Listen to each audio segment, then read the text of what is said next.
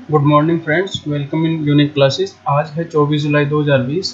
तो 24 जुलाई 2020 के सभी मोस्ट इंपॉर्टेंट करंट अफेयर्स के क्वेश्चंस के बारे में हम इस लेसन में चर्चा करेंगे।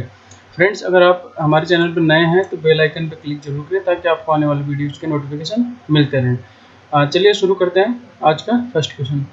रेल नेटवर्क के माध्यम से पूर्वोत्तर राज्यों की सभी राजधानियों की कनेक्टिविटी की घोषणा किस वर्ष के लिए की गई है? तो इसका राइट आंसर है 2023। 2023 तक पूर्वोत्तर राज्यों की सभी राजधानियों को कनेक्ट करने की रेलवे बोर्ड के द्वारा घोषणा की गई है। हाल में रेलवे बोर्ड के अध्यक्ष कौन है? विनोद कुमार यादव। तो विनोद कुमार यादव जी ने ये घोषणा की है। अब जान लेते हैं पूर्वोत्तर राज्य कौन कौन से हैं। तो भारत के पूर्वोत्तर राज्य हैं अरुणाचल प्रदेश, असम, मणिपुर, मेघालय, मिजोरम, अरुणाचल प्रदेश, असम, मेघालय। ये सभी पूर्वोत्तर राज्य हैं। तो अभी रेलवे बोर्ड ने ये घोषणा की है कि 2023 तक इन सभी पूर्वोत्तर राज्यों की राजधानी को कनेक्ट किया जाएगा।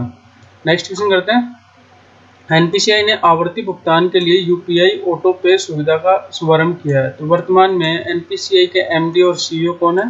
तो दिलीप असबे। इसका राइट आंसर है दिलीप असबे। वर्तमान में एनपीसीआई के एमडी एंड सीईओ हैं दिलीप असबे। अब जान लेते हैं यूपीआई ऑटो पे सुविधा के बारे में। तो national payment corporation of India NPCI द्वारा बार बार किए जाने वाले भुगतान के लिए यूपीआई ऑटो पे सुविधा की शुरुआत की गई है। इससे उपभोक्ता नई सुविधा से 2,000 रुपये तक की राशि के मोबाइल बिल, बिजली बिल, ईएमआई भुगतान, इंटरनेट, ओटीटी सब्सक्रिप्शन, बीमा, म्यूचुअल फंड, कर्ज भुगतान, आवागमन अथवा मेट्रो का भुगतान जैसे आवर्ती भुगतान किसी भी यूपीआई के जरिए कर सकेंगे।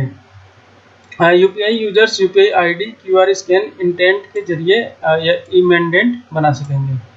चलिए नेक्स्ट क्वेश्चन करते हैं।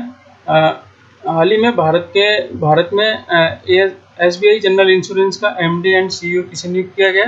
तो इसका राइट आंसर है पीसी कांडपाल। पीसी कांडपाल को हाल ही में एसबीआई जनरल इंश्योरेंस का एमडी एंड सीईओ नियुक्त किया गया है।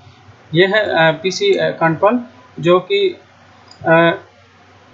हाल ही में एसबीआई जनरल इंश्योरेंस के एमडी एंड सीईओ नियुक्त किए गए हैं। यह भूषण महापात्रा की जगह लेंगे, जो कि अपने पद से रिटायरमेंट होने वाले हैं। पीसी कांडपाल प्रकाश चंद्र कांडपाल का भारतीय स्टेट बैंक में रिटेल और अंतर्राष्ट्रीय बैंकिंग, मानव संसाधन प्रौद्योगिकी और लर्निंग और विकास जैसे विभिन्न क्षेत्रों में लगभग 33 वर्षों का अनुभव है और उन्हें एसबीआई म्यूचुअल फंड्स के मुख्य परिचालन अधिकारी के रूप में भी काम किया है। तो अब बात करते हैं नेक्स्ट क्वेश्चन की। हाल ही में एटीजीएम ध्रुवस्त्र किस देश ने लॉन्च किया है? इसका राइट आंसर है इंडिया। हाल ही में एटीजीएम ध्रुवस्त्र इंडिया ने लॉन्च किया है। अब जान लेते हैं एटीजीएम के बारे में। तो एटीजीएम की फुल फॉर्म है anti tank guided missile. Bharat ने स्वदेशी रूप से विकसित anti tank guided missile Dhruvastra का उड़ान सफलतापूर्वक कर लिया है। यह परीक्षण उड़ीसा के चांदीपुर एकीकृत परीक्षण रेंज से किया गया। यह पूर्ण रूप से स्वदेशी निर्मित मिसाइल है, जिसको डीआरडीओ द्वारा विकसित किया गया है। अब ध्रुवस्त्र हेलीकॉप्टर लॉन्च की गई एंटी गाइडेड मिसाइल हवा से फायर करके दुश्मनों के बख्तरबंद वाहन और मुख्य युद्धक टैंकों को तबाह करने में सक्षम है। इसलिए इसे दुनिया का सबसे उन्नत एंटी टैंक हथियारों में से एक माना जाता है। अब जान लेते हैं डीआरडीओ के बारे में। तो डीआरडीओ की फुल फॉर्म है defence research institute and organisation. इसके अध्यक्ष हैं जी सतीश रेड्डी और इसका मुख्यालय नई दिल्ली में है। Next question. तो अब बात कर लेते हैं उड़ीसा के बारे में, क्योंकि उड़ीसा में ही डीआरडीओ का चांदीपुर में यह परीक्षण रेंज स्थित है। तो उड़ीसा के बारे में जान लेते हैं। उड़ीसा का क्षेत्रफल है 1,55,707 वर्ग किलोमीटर और उड़ीसा से अन्य राज्यों की सीमाएं लगती हैं पश्चिम बंगाल, झारखंड, आंध्र प्रदेश, छत्तीसगढ़ और बंगाल। पूर्व में बंगाल की खाड़ी से इसकी सीमाएं लगती हैं। उड़ीसा की स्थापना 1 अप्रैल 1936 को हुई थी। राजधानी उड़ीसा की भुवनेश्वर में है। उड़ीसा में बंगाली, उर्दू, संथाली, हिंदी और तेलुगु भाषाएं चलती हैं। उड़ीसा में लगभग 30 जिले हैं और उड़ीसा में लिंगानुपात है 978 1000 पे। उड़ीसा में 147 विधानसभा की सीटें हैं और लोकसभा की 30 सीटें हैं। उड़ीसा में ही भुवनेश्वर, जिसे मंदिरों का शहर भी कहा जाता है, लिंगराज मंदिर, मुक्तेश्वर मंदिर, अनंत वासुदेव मंदिर, उदयगिरी और धौली में चट्टानों काटकर बनी जैन और बुद्ध गुफाएं तथा अशोक के शिलालेख प्रमुख हैं। उड़ीसा में मुख्य रूप से 3 नदियां बहती हैं, महानदी, भामनी और वैतरणी। उड़ीसा में देश के लगभग 48% जनसंख्या जो है वो गरीबी रेखा से नीचे जीवन यापन करती है। उड़ीसा में ही महानदी पर गोराकर बांध संसार का सबसे बड़ा चौथा बांध है, जो कि उड़ीसा में स्थित है। उड़ीसा में ही जगन्नाथ मंदिर स्थित है, भगवान विष्णु का यह मंदिर है। यह कलिंग नरेश अनंत वर्मन द्वारा 12वीं सदी में बनाया गया था। उड़ीसा में ही नरेश नरसिंह प्रथम द्वारा भव्य सूर्य मंदिर पुरी में बनवाया गया था। और उड़ीसा में ही नंदनकानन राष्ट्रीय उद्यान स्थित है। नेक्स्ट क्वेश्चन करते हैं, किस राज्य ने ऊर्जा निर्यात नीति 2020 की घोषणा की जो भारत के अन्य राज्यों की बिजली की बिक्री की अनुमति देता है? तो इसका राइट आंसर आंध्र प्रदेश। आंध्र प्रदेश सरकार ने आंध्र प्रदेश अक्षय ऊर्जा निर्यात नीति 2020 की घोषणा की है। अब जान लेते हैं आंध्र प्रदेश के बारे में। आंध्र प्रदेश का क्षेत्रफल है 1,60,205 वर्ग किलोमीटर और इसके अन्य राज्य जो सीमाएं लगती हैं, मध्य प्रदेश, उड़ीसा, पश्चिम बंगाल, तमिलनाडु, कर्नाटक तथा पश्चिम में महाराष्ट्र से इस राज्य की सीमाएं लगती है। राजधानी है अमरावती। तेलुगु और उर्दू भाषाएं आंध्र प्रदेश में बोली जाती हैं। टोटल 13 जिले हैं और लिंगानुपात है 992। और आंध्र प्रदेश है भारत का वह राज्य है जिसमें सबसे कम जनसंख्या घनत्व है। आंध्र प्रदेश में प्रमुख नदियां हैं कृष्णा और गोदावरी। अन्य नदियां भी हैं पेरियार, वंशधारा, नागवली। आंध्र प्रदेश में एक विधानमंडल है, विधानसभा में 175 सीटें हैं और आंध्र प्रदेश में लोकसभा की 25 सीटें हैं और राज्यसभा की 11 सीटें हैं। 4 घरेलू हवाई अड्डे हैं और सड़क परिवहन की कुल लंबाई है 1,78,012 किलोमीटर। अब जान लेते हैं आंध्र प्रदेश में क्षेत्रफल और जनसंख्या दोनों की दृष्टि से भारत का 5वां सबसे बड़ा राज्य है। और कुछ पर्यटन स्थल भी हैं, जैसे गोलकुंडा, कुतुब शाही सुल्तान ने आधुनिक हैदराबाद शहर की नींव रखी थी। और आंध्र प्रदेश ही भारत में पहला वह राज्य है जो भाषाई आधार पर बना। और आंध्र प्रदेश में ही राजमुंद्री में राष्ट्रीय तंबाकू शोध संस्थान स्थित है। नेक्स्ट क्वेश्चन करते हैं, एनएमडीसी के नए अध्यक्ष और प्रबंध निदेशक किसको नियुक्त किया गया है? तो इसका राइट आंसर है सुमित देव को। सुमित देव को NMDC national mineral development corporation का प्रबंध निदेशक नियुक्त किया गया है।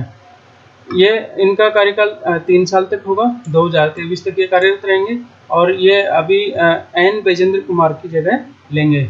अब जान लेते हैं एनएमडीसी के बारे में। तो इसकी फुल फॉर्म है नेशनल मिनरल डेवलपमेंट कॉरपोरेशन और इसका हेडक्वार्टर हैदराबाद में है और फाउंडेशन 1958 में हुई थी। नेक्स्ट क्वेश्चन करते हैं, केंद्रीय पेट्रोलियम और प्राकृतिक गैस मंत्री और इस्पात और संयुक्त राज्य अमेरिका के ऊर्जा मंत्री ने यूएस भारत सामरिक ऊर्जा भागीदारी की दूसरी मंत्री स्तरीय बैठक की अध्यक्षता की। केंद्रीय पेट्रोलियम और प्राकृतिक गैस मंत्री और इस्पात मंत्री कौन है? तो इसका राइट आंसर है धर्मेंद्र प्रधान। नेक्स्ट क्वेश्चन करते हैं, रोनेश टीकाराम जो कोरोना वायरस से गुजर चुके हैं किस खेल से संबंधित थे? तो इसका राइट आंसर है बैडमिंटन। रोनेश टीकाराम बैडमिंटन से संबंधित हैं। यह है रोनेश टीकाराम और ये 2002 में इनको अर्जुन पुरस्कार से भी सम्मानित किया गया था। ये पूर्व स्टार पैरा बैडमिंटन खिलाड़ी थे। नेक्स्ट क्वेश्चन करते हैं, Azad Pattan hydel power project Pakistan और किस देश के बीच समझौता हुआ है? तो इसका राइट आंसर है चाइना। पाकिस्तान और चाइना में हाल ही में एक एमओयू पर साइन हुआ है जो कि आजाद पट्टन हाइडल पावर प्रोजेक्ट पर कार्य करेंगे। यह हाइडल प्रोजेक्ट पीओके के सुदोटी जिले में स्थित है। नेक्स्ट क्वेश्चन करते हैं, आय के स्तर पर 2020-21 तक न्यू वर्ल्ड बैंक के देश के वर्गीकरण के अनुसार भारत की स्थिति क्या है? तो भारत एक लोअर मिडिल इनकम कंट्री है।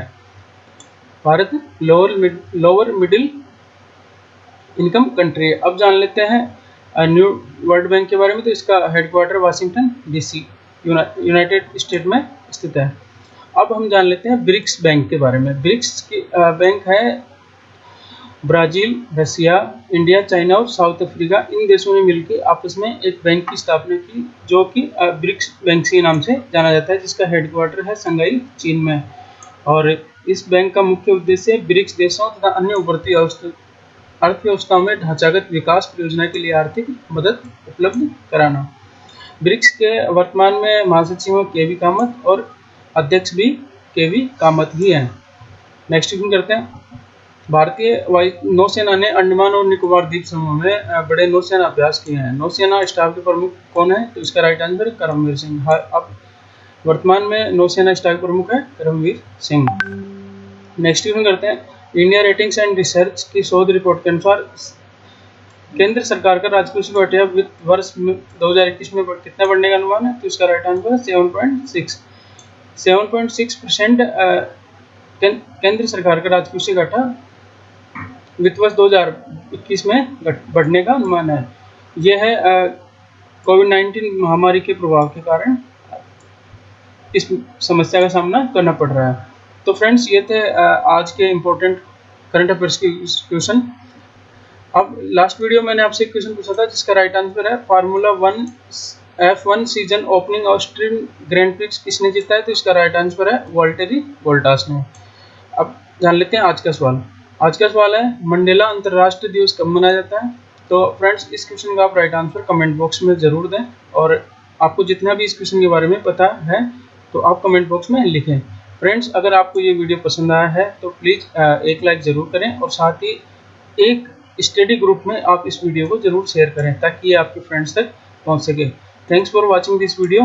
Please like, share and subscribe our channel Unique Classes. Thank you, धन्यवाद।